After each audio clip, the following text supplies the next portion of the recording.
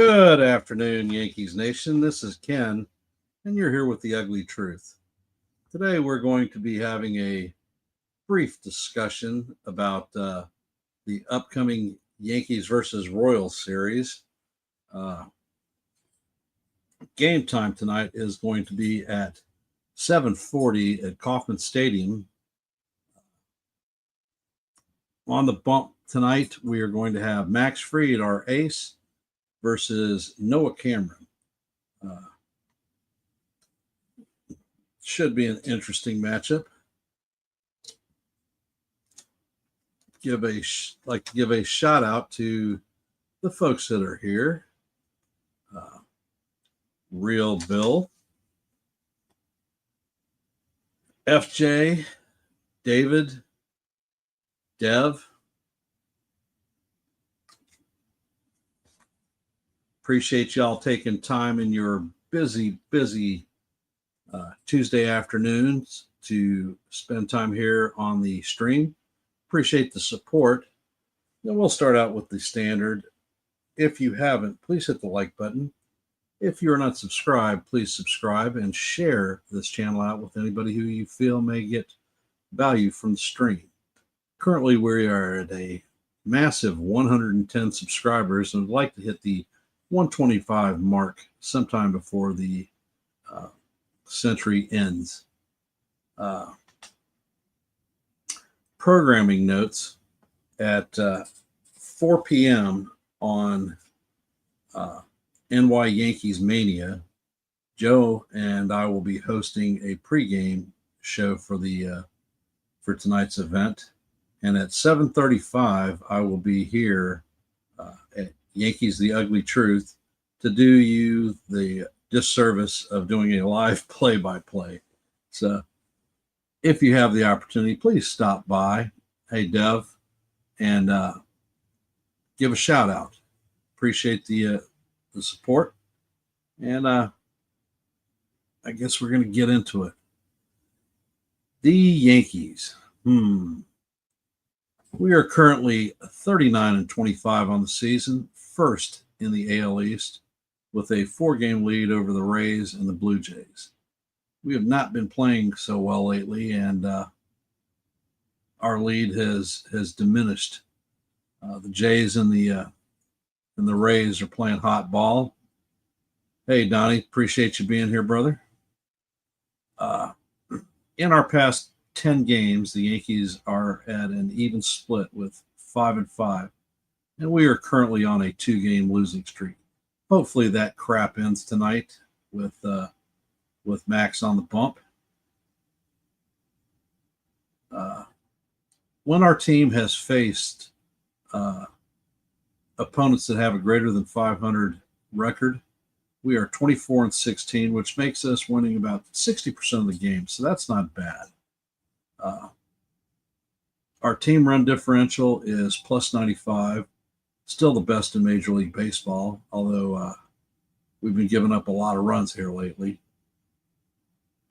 The Yankee road record is 18-13 for a 58% win percentage. For our season series total is 13-7.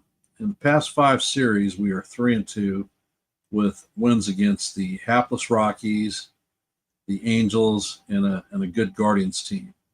And we have losses to both of our freaking rivals, the damn Dodgers and the Red Sox.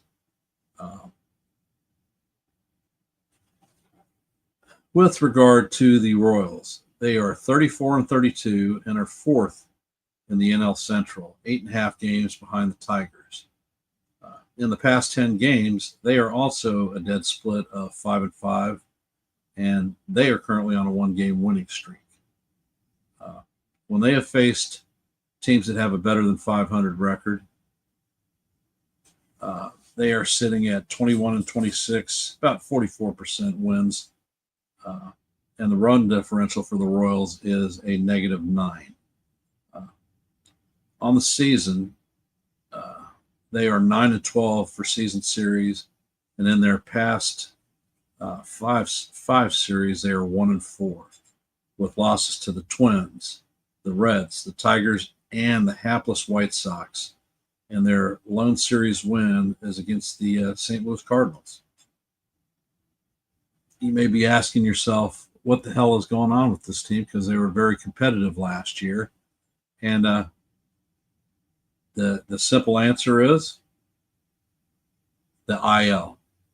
They have 7 pitchers on the IL, most of them out of their bullpen. Lucas Gregg, Kyle Wright, Hunter Harvey, Alec Marsh, Sam Long, and James MacArthur. They just recently had 2 of their starters come back. I'll bring a comment up from Donnie.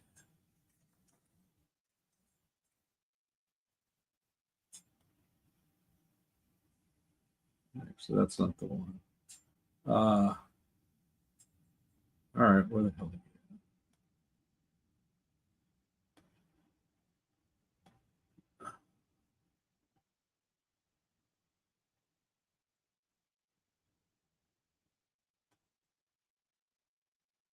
the Royals are decent this year, and Bobby Witt Jr. is great.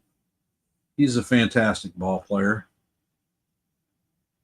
And let's see. He's behind Judge in the MVP race this season. I think everybody is. And then wholeheartedly agree what Judge is doing right now is historic. Actually, it's been historic the last 2 seasons. They are actually the last 3 out of the last 4 seasons. He's had a WAR of 10.8, which means career seasons. So he just keeps getting better and better. Hey, Jacob, welcome to the stream. Appreciate you being here, brother. For the Yankees, we'll give you a brief injury report. As you know, Luke Weaver is on the IL with a hamstring strain. He just recently received a PRP ejection, and his ETA of return is late June, early July. So hopefully not too much longer. Jake Cousins, who is on the IL with a forearm strain, pitched 2 innings at Hudson Valley, or 2 games at Hudson Valley on the 3rd and the 7th of June. He experienced some pectoral discomfort, and he is down at the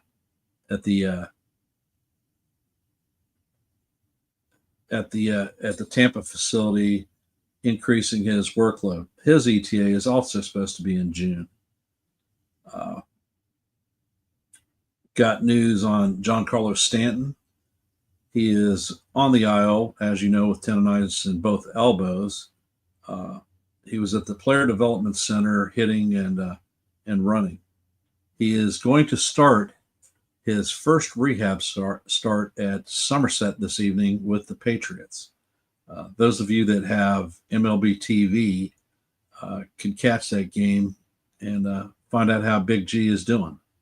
So my bet is, because he is, hey, Jake, my bet is that because he is not having to work a fielding situation, that he will be having a 3 games worth of rehab, and we'll report to the Yankees when we head to Boston. That's just my gut feeling. Luis Hill, lat strain, has thrown bullpens from the mound as of June the 7th. The next step is live batting practice, and he is set. God's sakes.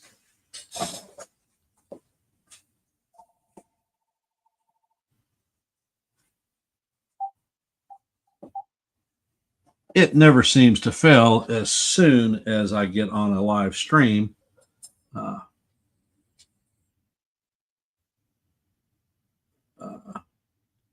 The damn telemarketers seem to zero in on me and start calling. Hey, Joe, welcome to the stream.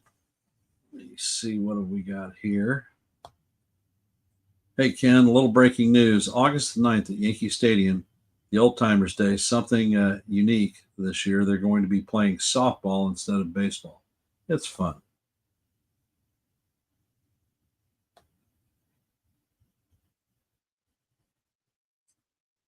And Donnie says that Clay Bellinger is supposed to be there this year for the Old Timers Day.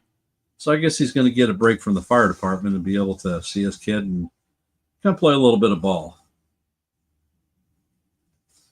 Let me see. The next step for Luis Hill is going to be live BP, and his estimated time of return is late June. Late June, early July. Hey, Susan, how you doing? Thanks for joining the stream. Appreciate you being here. The note, Marcus Stroman went down to the IL with a left knee inflammation. On June the 5th, he threw 40 pitches and had no discomfort. So his next step is going to be some rehab starts. They haven't gotten a date for the rehabs to start, so keep your eyes open. Hey, John, how's it doing? And the last note that I have is JT Brubaker. He went on the IL, as you know, at the beginning of the season with fractured ribs after taking a shot in the first spring training game that he had. Brubaker is conceivably, I think, one of the worst lucked players in Yankee history. Well, maybe next to Scott Efros, because those dudes cannot seem to stay on the field whatsoever. He's made 2 starts at Somerset and has looked pretty good. He is being transferred to Scranton to continue his rehab. Not sure exactly when he is supposed to be back. I know that the Yankees, he has an opt-out as of June the 15th or 16th. I don't remember the exact day. However, we're going to have to make a decision whether we're going to bring him up or let him walk and become an unrestricted free agent. My bet is that in some manner, some fashion, when he is off the IL, the decision will be made, and we'll end up adding him to the 26-man roster. If not, just to have other teams take a look at him as a possible trade asset. All right. And that is it for the injury report. We'll start looking at some pitcher stuff here. I'm going to do something a little bit different, give y'all a visual presentation.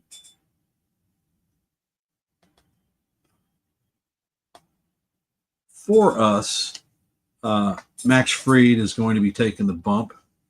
On the season, Max is 8-1 on the season with a 1.78 ERA and 77 strikeouts. If you look into the right-hand corner, it lists the pitches that he has and the velocity in which he throws them and the frequency. For Fried, it seems like he has got basically 3 main pitches he relies on.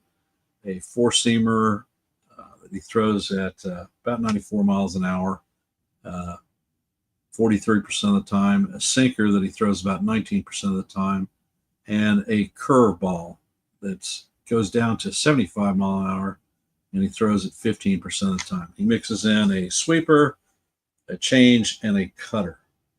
If you look at his MLB percentile rankings, basically it's a report card on how he's pitching. I think this is very deceptive, and you'll see what I'm talking about here in a couple of secs. We have great fastball run value. He doesn't tend to walk players, and he has a lot of ground outs. If you look at his other stats, they are either at or uh, or slightly above league average. Well, that would tend to indicate that Fried is a league average pitcher. I don't seem to believe that, and the performance that he has put forth on the field is not indicative of that.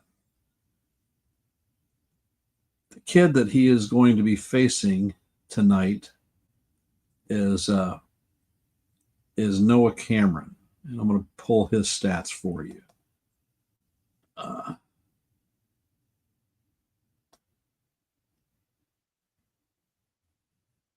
And if you look at the grid chart, you're going to see numbers that indicate that Cameron is actually a better pitcher than Max Fried. Now, I'm just not seeing it. Cameron is 2-1 on the season with a .85 ERA and 19 strikeouts. He is a rookie and he has 31 major league innings pitched. He features 5 pitches, which he seems to vary, so he will use all of them. A four-seamer at 91 miles an hour, 30% of the time, a change at 80 miles an hour, 15% of the time, or 19% of the time, excuse me, a cutter 19% of the time, a curve 16, and a slider 15. So he doesn't rely on one particular pitch. And if you look, his strength is movement on all of his pitches, because he's not blowing anybody away with velocity. You're talking Jakey could be tough. This guy relies on a lot of movement on his pitches. So the countermeasure is Yankee patient at bats. Plus, the other caveat is he is quite similar type of pitcher to Ryan Yarbrough, our own junk baller. So this guy is pretty much classed as a solid junk ball pitcher. For most of the lineup, that is pretty decent. For the captain, he tends to not do well against these type of pitchers, especially ones that tend to throw balls that have run low and away, whether it be a slider, a cutter.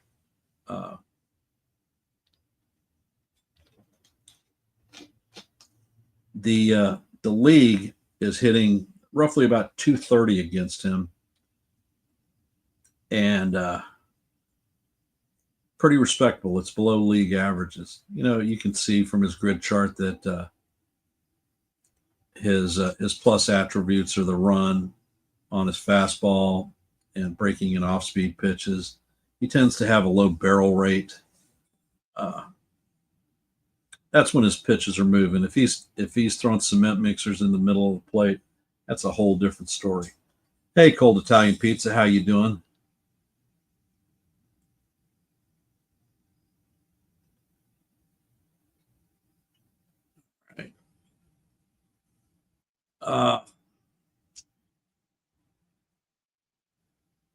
His negative attributes, he doesn't tend to strike people out. With his low velocity, I can definitely understand that. Obviously, people aren't chasing a lot, and his fastball velo is negative. It's down. It's 91 miles an hour. It's nothing of major attribute. In his last outing, he was against the Cardinals. He got a no decision. He went 6 innings, gave up 2 hits, walked 2 batters, did not give up an earned run, and only had 2 strikeouts. With numbers like that in the last game, that tells you that he pitched well enough to actually get a win. What has been hampering the Royals this year is their inability to score runs. And I didn't look at the score, but I'll lay money that if you look at it, he got hammered with no runs or no run support. And let's see, we'll look at the next pitcher for game 2. The Yankees own Clark Schmidt. And here is what I am talking about with regard to these stat numbers not being reflective of the pitcher that you actually are. Clark Schmidt on the season is 2-3 with a 4.04 ERA, and he has 50 strikeouts. He features 6 pitches ballpark. He's only thrown really 3 of them. A cutter at 92 miles an hour, about 45% of the time. A curveball at 85, roughly 21%, and a sweeper at 18. He mixes in a sinker, a slider, and a 4-seamer. Although his 4-seamer's got some giddy up, and he has a 2-seamer in his bag that is roughly about 94 miles an hour. But the dude refuses to throw the damn pitch, and I don't know why. He's got good movement, and it could help him when, in my personal opinion, Schmidt has, since his return or entry into the major leagues in 2020, he has never been able to really close out batters after a two strike count. He tends to have his pitches run up to full counts, and then he either gives up a walk or a freaking lazy hit. He also doesn't seem to be able to make it through an opponent's batting order through the 3rd time because he tends to get smacked like a damn ping pong. If you're looking at Smith's grid chart, he's got a lot of red categories, and you would tend to think that this guy is near a staff ace. But we, as Yankee fans who have been here and watched the Schmidt-nator in action, know that that is far from the damn truth. I question whether Clark Schmidt is actually even a major league caliber starter. I'm not used to beating up on Yankees, but I've had beef with this guy for 3 years, and I'm just not feeling him. Right now, till Luis Hill comes back, he's the best. He's one of the best that we have, which is a sad statement, and why I think that we will be taking a foray into the trade market to look for a number 3 type starter. Long and short, with the way that this guy is throwing in the postseason, if you don't recall, his appearances against the Dodgers were a freaking disaster. I don't think that the guy's got the chutzpah to pitch in the big games. Hey, Sean, welcome to the stream. Appreciate you being here, brother. Thank you so much. With regard to Schmidt, in his last 3 outings, 2 of them have been utter freaking disasters.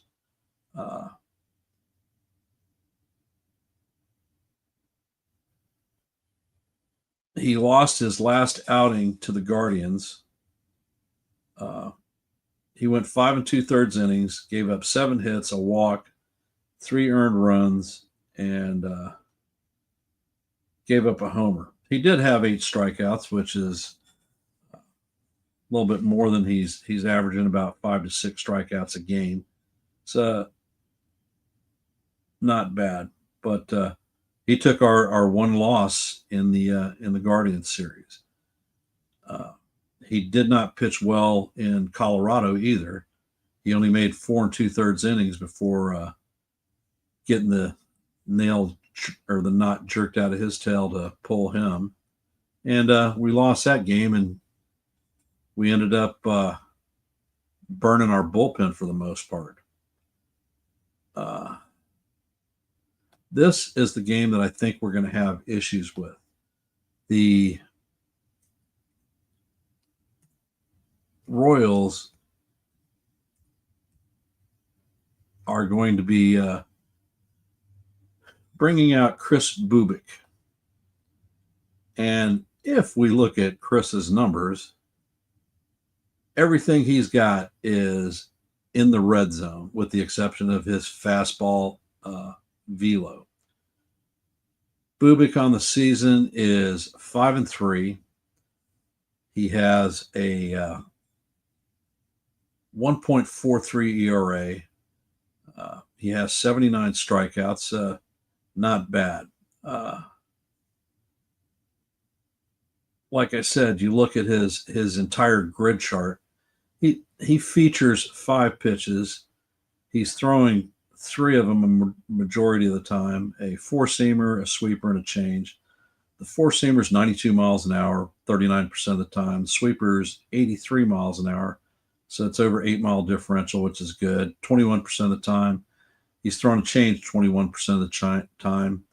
He mixes in a slider and a sinker. But the key things to keep note here is opponents are hitting only a 222 against him.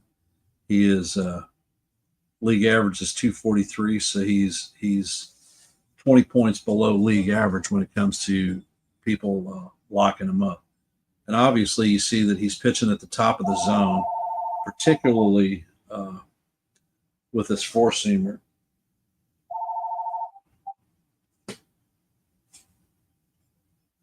And that's where your chase, especially when he's got run on it, your chase and your whiff is gonna play big factors. His sweeper is breaking away from right-handed hitters, and that is one of the things that's going to be a detriment to the captain. You also see that the guy has no true discernible holes when it comes to pitching.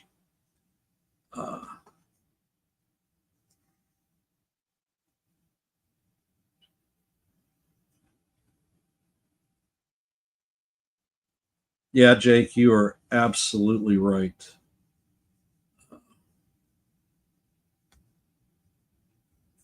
The Yankees did face Bubic in the last series and won, but no guarantees of that happening again.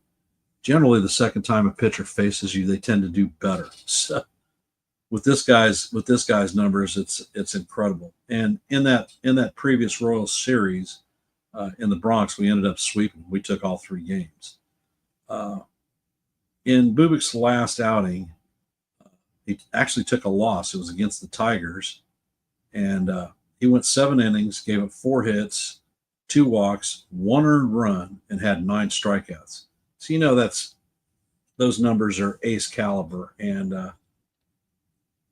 he did everything that he could have to actually win the game. Like I says, he is probably their current staff ace, and expect a tough game out of him for sure. And let's see, the next pitcher is our own Will Warren.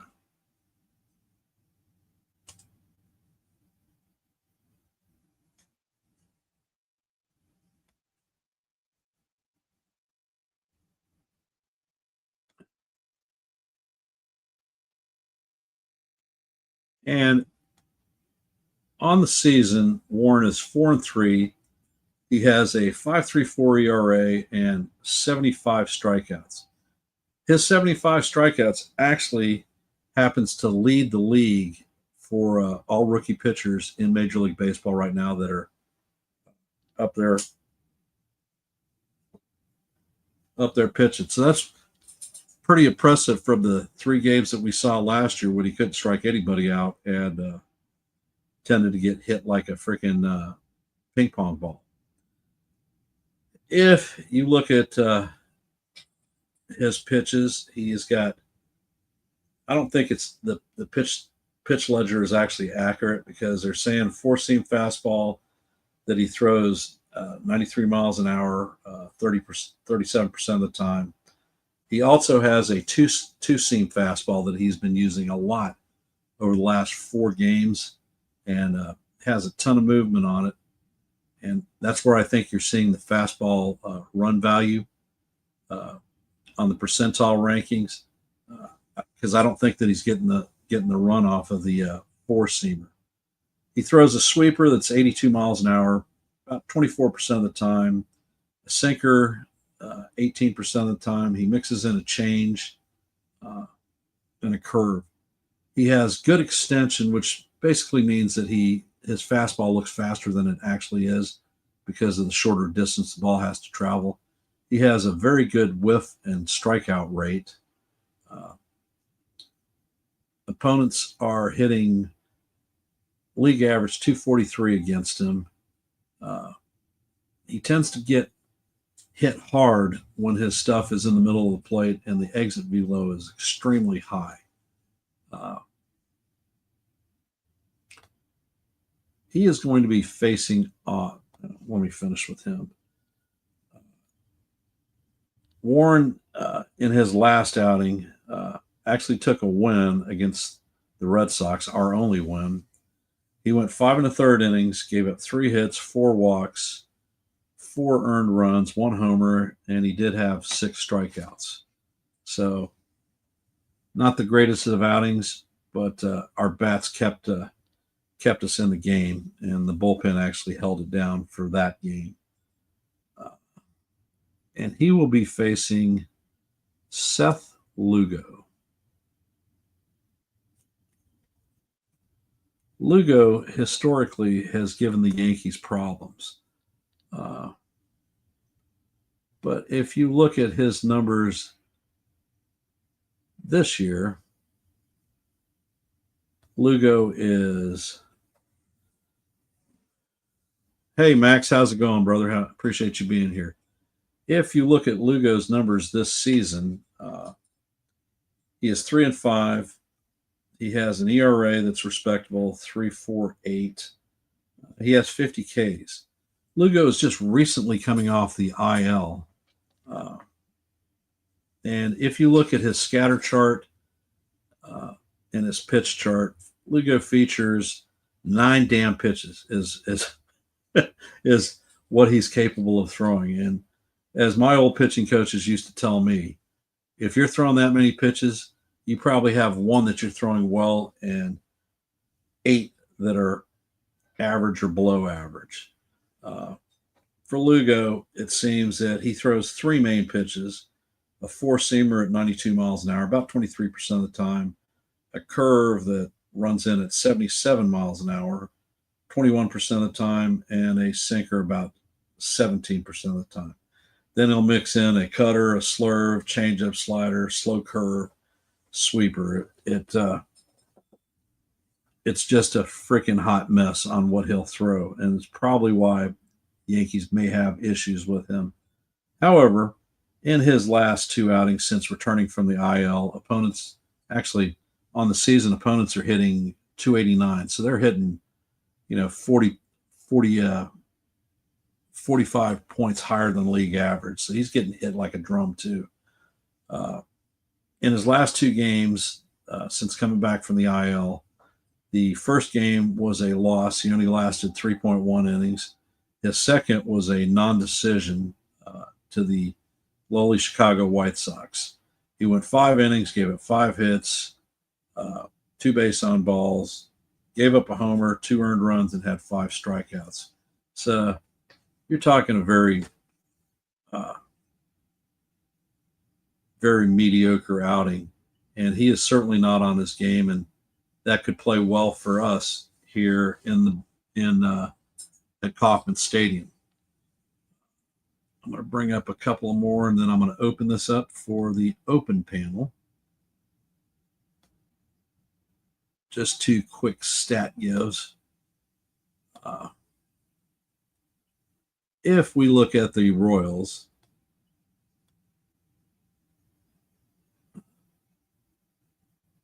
their pitching numbers are actually very good. 3.31 ERA, fifth in the major leagues, top 10%. 64 home runs allowed, 10th in the league, top 15%. WHIP is a 1.20, top 10%, and batting average against is 233, so that's 10 points below league average, and that's 9th. So all in all, between their staff and their bullpen, they're doing all right. This is where they have their issues, and where I think that the Yankees uh, can haunt them. Uh, they're hitting 253, average is all right. They've scored 226 runs, which is bottom 10% of the league. They have 44 home runs, 30th in the league, bottom 10%. Their on base percentage is a 305, bottom 15%, and their slug is a 372, 24th.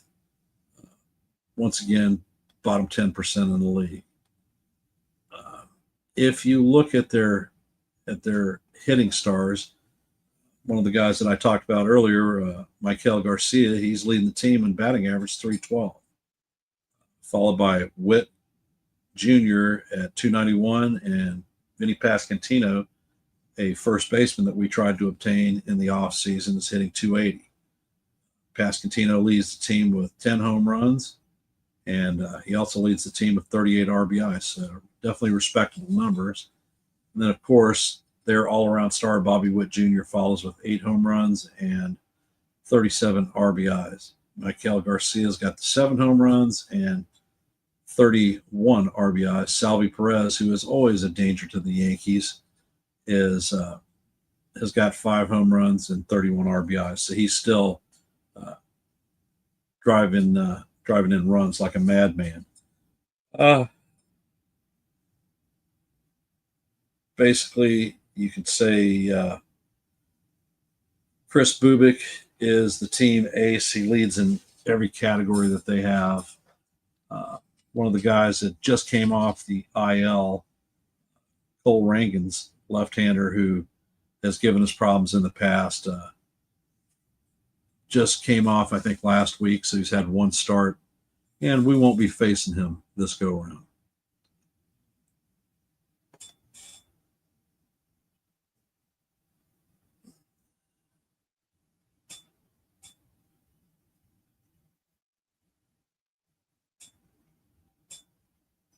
And let's see, Max has got a little bit of news. ESPN had us slated for Rangan's yesterday on Thursday. I guess the Royals changed their plans. I'd much rather face Lugo than Rangan's anyhow. You are not kidding on that one. Although, with Rangan's coming off IL, I'm not sure what he's going to bring to the party.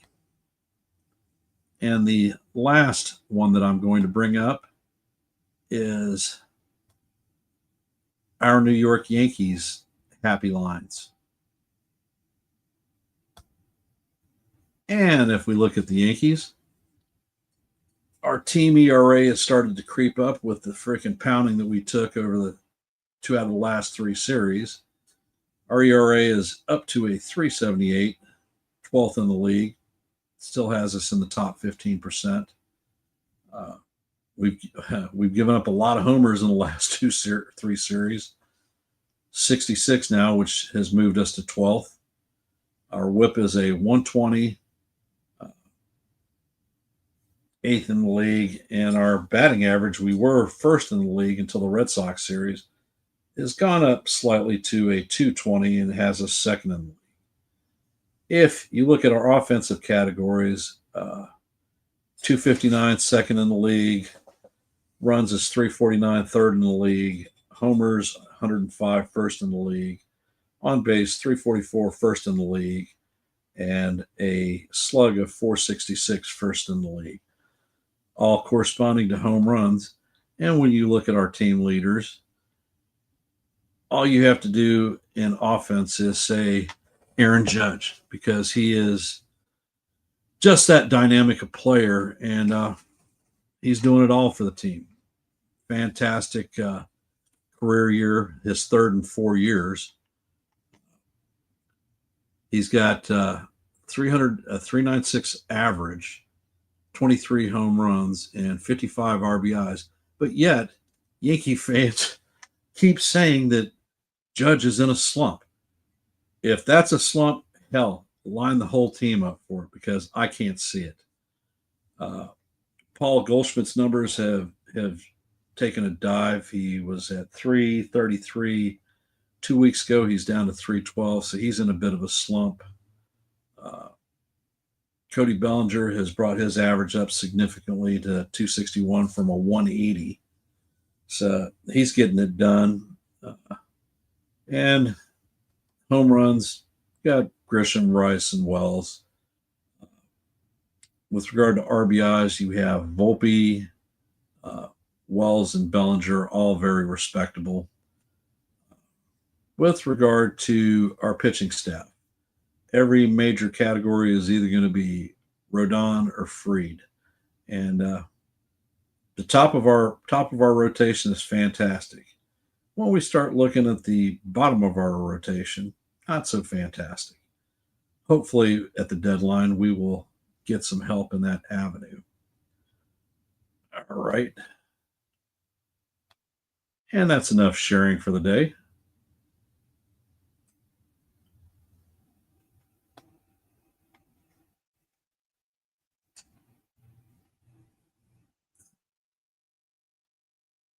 Jake, Judge has been striking out a bit against a lot of pitchers, and I think that's a two-way attribute there.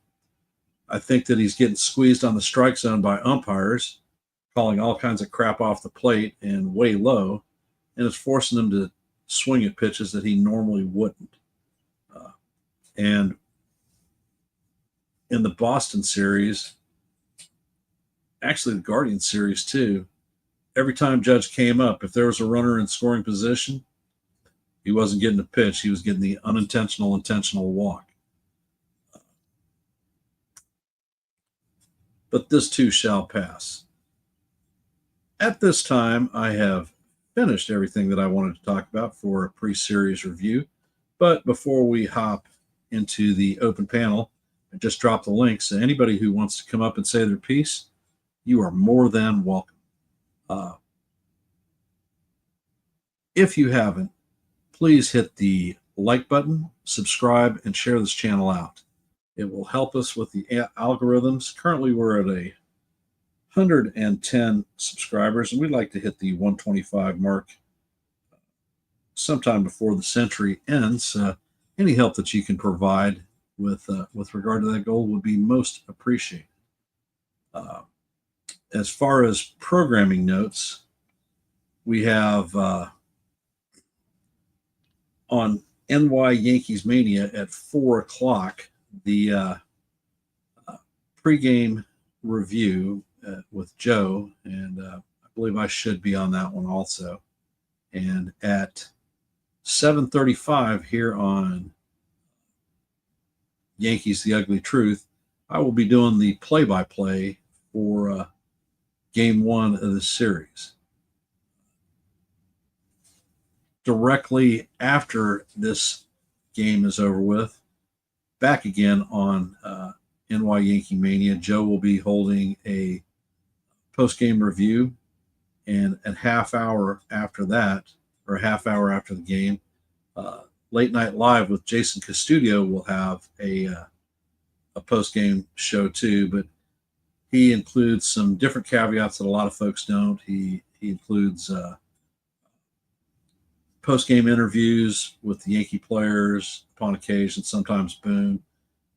He's a great programmer, and he has some neat features as far as player stats being able to be brought up through his stream. And he plays some baseball trivia and actually has added some other categories. Trivia on his stream. Always fun to see and fun to do. So I recommend hopping into both those streams. Tomorrow is Wednesday, June the 11th, and that is my bowling night. So I will not be doing the play-by-play on the Wednesday game. And just an FYI, that game is going to be on Amazon Prime. So if you don't have Prime or have access to Prime or MLB TV, there are a lot of great content creators that are out there doing play-by-plays. A lot of them associated with our family. Max from Max Coverage TV does a fantastic job. The Ace from Ace Avenue, NFE from the Strike Zone, just to mention a few. So if we are not doing it, I recommend hopping over and seeing what they've got. Uh, and then I will be back on Thursday night to call the rubber match. Hopefully, it won't be a rubber match. Hopefully, it'll be a series sweeping game, but we will see what we have. All right, folks, I've dropped the stream. I know there are a bunch of you out there, so hop up and let's talk baseball.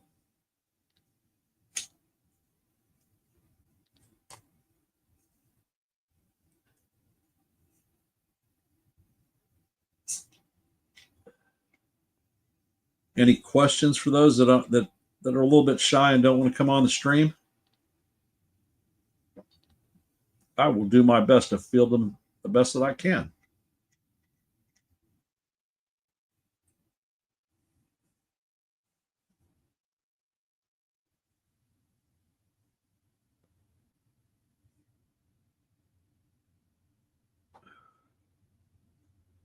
Pan up, see if I missed any questions.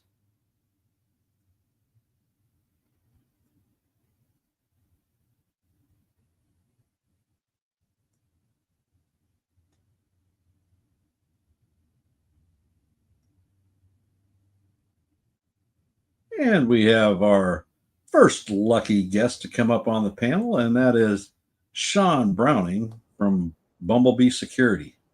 I know, right? But no, how you doing? I am doing fantastic. Got the oil change on the car this morning and was able to jump into the breakfast show with Joe. So I'm not going to get my butt chewed by my wife for not getting the oil done. And that's a positive.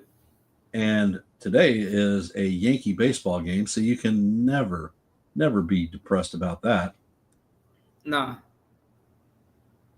So what do you know? Well, what I know was that Giancarlo's gonna do his first rehab game today against in Somerset. So Yes, I'm excited about that. But also I'm excited because we've had good success lately against the Royals. And as I said in Joe's show in the Breakfast Club with Joe, is that Judge Feast at Kansas City, whatever the name of the park is. It's Kauffman Stadium. Yeah, Kauffman Stadium. Just Judge has this ridiculous. Everything Judge does is ridiculous, anyways. But it's crazy that he plays well. But I think other players from the Yankees are going to step up, and I'm not too concerned about the rotation. They'll bounce back, and at least I know Fried and Rodon will definitely bounce back, and the Schmidt and Warren, it's kind of let's see what they can do, I don't have concerns about Yarbrough. I think Yarbrough will be back fine. Warren, I don't suspect is going to have a bad time either. He's been pitching extremely well for being a rookie pitcher. My big hole of concern is Clark Schmidt. I don't know. Maybe I look at him with a pitcher's eye, because having done it for so many years, coached and trained and held camps with young pitchers, he's just one of those guys to me that doesn't have that killer instinct. Right. And when he has a plus pitch that he's not willing to throw, that's an issue with me. He has a fantastic two-seamer and a four-seamer that he can work. He just doesn't. He doesn't use them. Mm-hmm. If you look at his grit chart, his four-seamer is thrown under 8% of the time. And if you took the four-seamer and that two-seamer that he has, and you put it with that knuckle curve that he loves to throw, you can get out nearly every batter in the league with just those three pitches. Well, they're very effective. They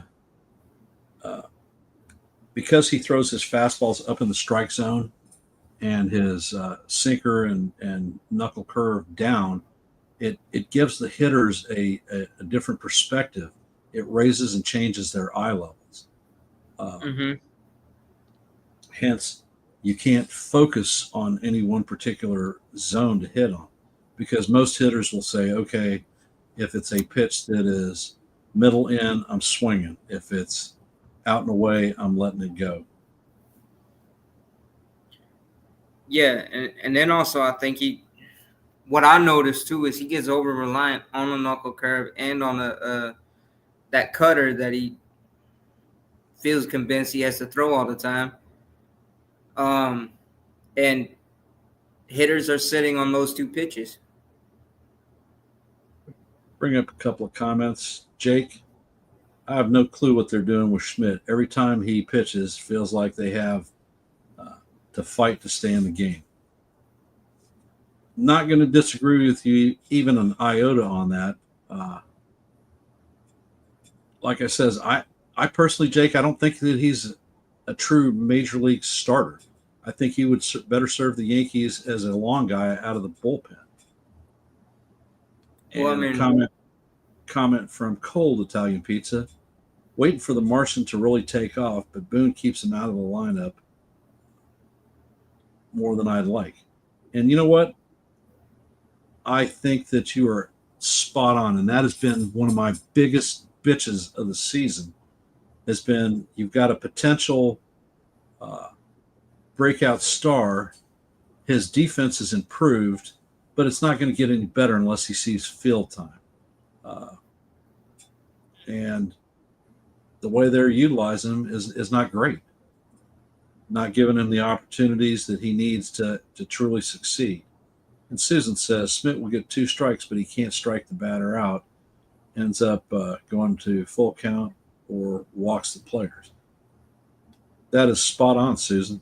And one of my big complaints with regard to him not throwing that his 4-seamer is 2-seamer. He's not changing the eye levels, and if hitters know everything is breaking down and in or down and away, they can get a bat out there to foul it off. That's why his pitch count goes up so quickly. oh yeah, and then if you know he's gonna throw a cutter most of the time, and that doesn't always get the break, you're gonna sit on it as a hitter. You just keep fouling until he throws you one over the plate, and then you nail it. But yeah, I mean, Schmidt probably needs to be like Mendoza or some of these other guys that they failed as a starter, but go to a bullpen, maybe end up being a multi-inning reliever since Boone loves multi-inning relievers. Well, if you look at the Yankees historically, Mariano Rivera, the greatest closer of all time, is a failed starter. Oh yeah. Uh, Yeah. one of the best strikeout to walk ratio pitchers that we ever saw in the bullpen, Dylan Betances, was a failed starter, but that guy averaged over 13 strikeouts per 9. Uh, Yeah, Betances, and I think Mendoza. Betances' only issue is that he couldn't freaking close. When he got to the ninth inning, he was the perfect setup guy. He'd go out there, 1, 2, 3, they're down. 3 strikeouts, and next guy up. When they put him in the bullpen, he couldn't find the strike zone with 2 hands in a bucket. Right, and then and then wasn't a Mendoza back in the '90s was another relief pitcher that failed as a starter. Actually, they used Romero as a spot starter, but he was an everyday starter to begin with, and they put him in the pen and found more value and pulled him every once in a while. Let's see. Do we think Dominguez is a potential trade piece? I heard something earlier today that made me think so. I can't imagine them trading him. No, I don't see Dominguez as being a trade piece whatsoever. He is part of the core that the Yankees are building, and just like a lot of people have talked about trading Spencer Jones, don't see it happening. He is another part uh, of the core that the team is building. One that I wish they would kick the legs out from under is Austin Wells, because I don't think he's a particularly good catcher, and I certainly wouldn't want to build my core on him. The Yankees have got right now 8 major league catchers that came out of our farm system that are populating the league, uh, Right. including the kid who kicked the crap out of us in the last series, Carlos Narvaez. We traded Narvaez for basically a bag of peanuts, and he came back and kicked us in the teeth. And he's a better catcher than Wells or Escara. Yeah, I mean the problem with Wells is not it's not so much. Well, I mean, yeah, his bat right now is struggling. He's struggling. He's lost in the sauce at the plate. But his defense, and I'm not talking about him calling the game and working with the pitching staff. That's a whole different deal. But I'm talking about is fielding and throwing out runners is really, Yeah, you know. he's not great behind the dish with regard to throwing to second. I mean, this season Yeah. I've seen him make a throw, and hit the pitcher's mound, trying to throw to second. I've seen him airmail a couple to the center fielder. I've seen him throw balls that have come across the wrong side of the bag that carry the fielder away from the runner, and we've given up easy stolen bases. Yeah, and I'm then the grateful other that the Red Sox didn't run more against us than they did, or it might have been a much ugly series than we actually saw. right, and the other thing too is Wells won the job because Trevino was struggling, couldn't get healthy, injured his Uh, wrist, had that noodle arm. yeah. What do I think about the kid that the Yanks claimed from Oakland? Uh, the first baseman, I'm assuming that's who you're talking about. Uh, I think, frankly, he's a depth piece. He has few at bats at the major league level. Uh, he has a nice left-handed swing. I mean, if he can figure it out, he can be a weapon at Yankee Stadium without a doubt. But he plays first base, so I don't see him coming in there and taking uh, Goldie's spot. Maybe he could come up as a backup if we end up moving Rice at the trade deadline. But as far as a frontline guy, like I said, I just think he's a depth piece. Yeah.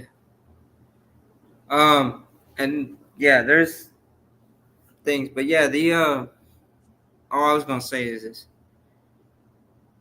Um, you know that they got Skubal ranked or Skubal ahead of Freed for the Cy Young vote so far. Wouldn't doubt it. Yeah. He's a he's a fantastic pitcher too. Yeah. He's But those are the he's only two. he, he's the ace of the staff. He's leading the team with the best record in baseball, and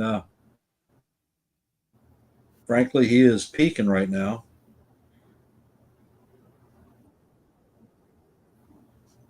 Merck, I believe that he plays first and third, but his prime. If you look at his baseball savant page, his primary position is first base. But yeah. And what do you think about the Jazz little hot start off of the IL?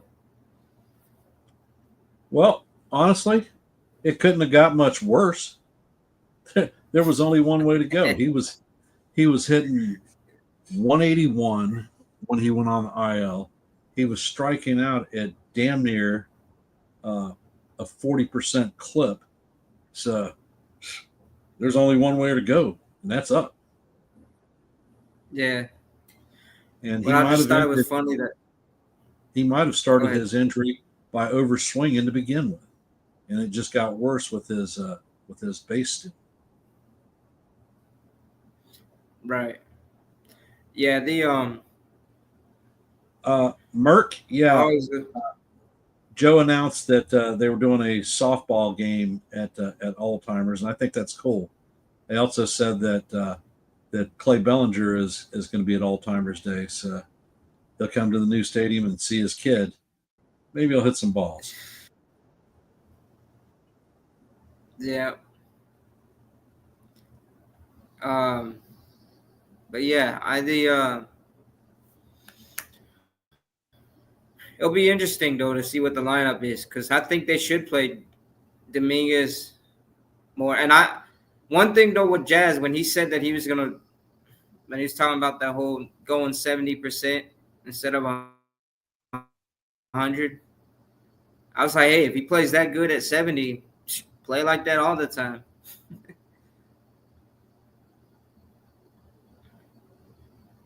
You know.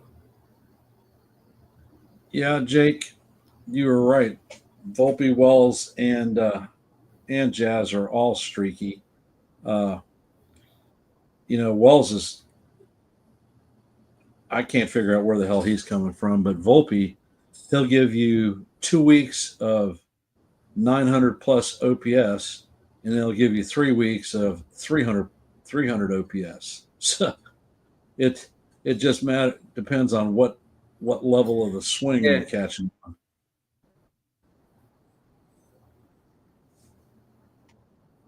All right, folks. Yeah, We have hit. Go Volpe. ahead. Go ahead, Sean. I was just say like with Volpe, yeah, it's been this back and forth of he'll be real good and real clutch, and then he'll go back to pressing too much. Without a doubt. All right, folks. We have hit the over 1 hour mark on this stream. So I'm about to shut her down. So I want to extend my thanks and gratitude for everyone who took time out of their busy day to show up in the stream, and I want to thank Sean for coming up and giving us some insight with regard to what he's thinking.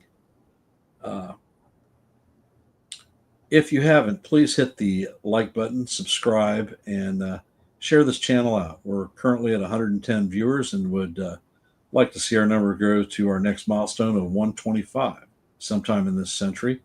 Any help that you can provide would be most appreciated. Remember, we have another program on NY Yankees Mania with Joe for the pregame at 4 p.m. Eastern Standard Time. Make sure that you follow him and hit notifications so that you know when he's going live. And Volpe frustrates me too, Susan. Just a fact of life. And I will be calling the play-by-play this evening right here on Yankees The Ugly Truth at 7:30. So if you have the opportunity, please stop on by and give a shout out, a like, and stay and listen to some ball game. Most appreciated. Final word, Sean? Yeah, no, we just gotta go. Let's go Yankees. Beat the Royals. And I think it's a good day to break a 2-game losing streak. I'm predicting that we're going to take 2 out of 3 Yeah, I in do this too, series. and I got a good feeling about this game. And I will end with my traditional "Let's go Yankees." And we shall see you in a later stream, and if not, on the funny pages. Have a great day.